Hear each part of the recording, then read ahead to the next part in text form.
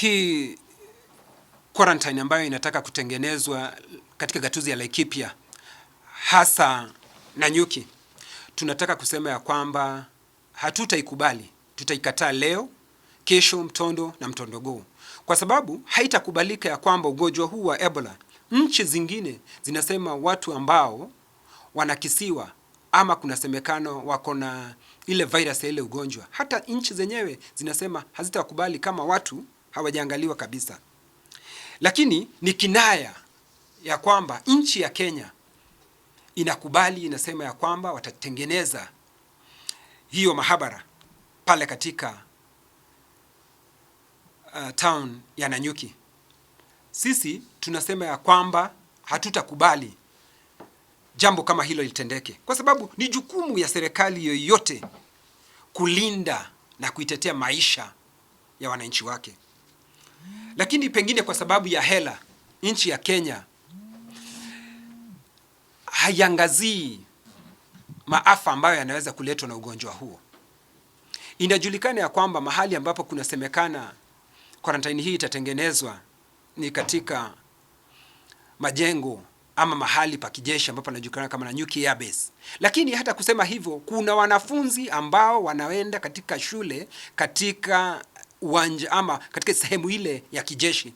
Kwa hivyo wanaweza kuambukizwa, na wakiambukizwa basi wananchi watakuwa wameambukizwa.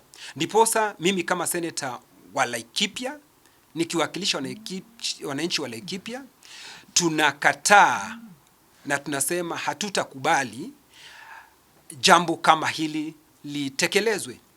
Amerika ambao wanasema wanataka kutengeneza hii quarantine na vile vile mahabara, wako na nchi yao, wanaweza wakatengeneza kwao.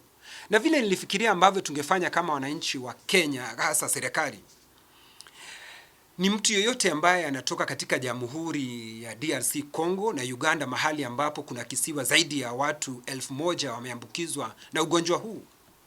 Nchi yetu watu wao wakiangaliwa wasiingie. Kama kuna mahabara yote inatengenezwa, itengenezwe kwenye mpaka, ndio watu wao wakipimwa, wanaangaliwa kabla ya kuja hapa nchini. Itawezekanaje kuja kutengeneza mahabara yenyewe katikati ya nchi ya Kenya, kwa sababu Laikipia iko karibu katikati ya Jamhuri ya Kenya? Si ni kusema kwamba unaleta ugonjwa katikati ya Jamhuri ya Kenya alafu uweze kuenea.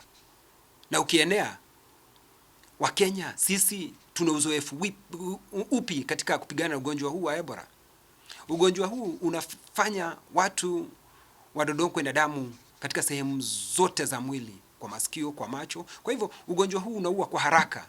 Vile ambavyo tunapaswa kujikinga ni kuzuia mtu yoyote aliyo na ugonjwa huo kuingia katika Jamhuri ya Kenya, na hatupaswi kukubali ugonjwa huo ama mtu yoyote ambao ako na ugonjwa huo kuingia katika Jamhuri ya Kenya.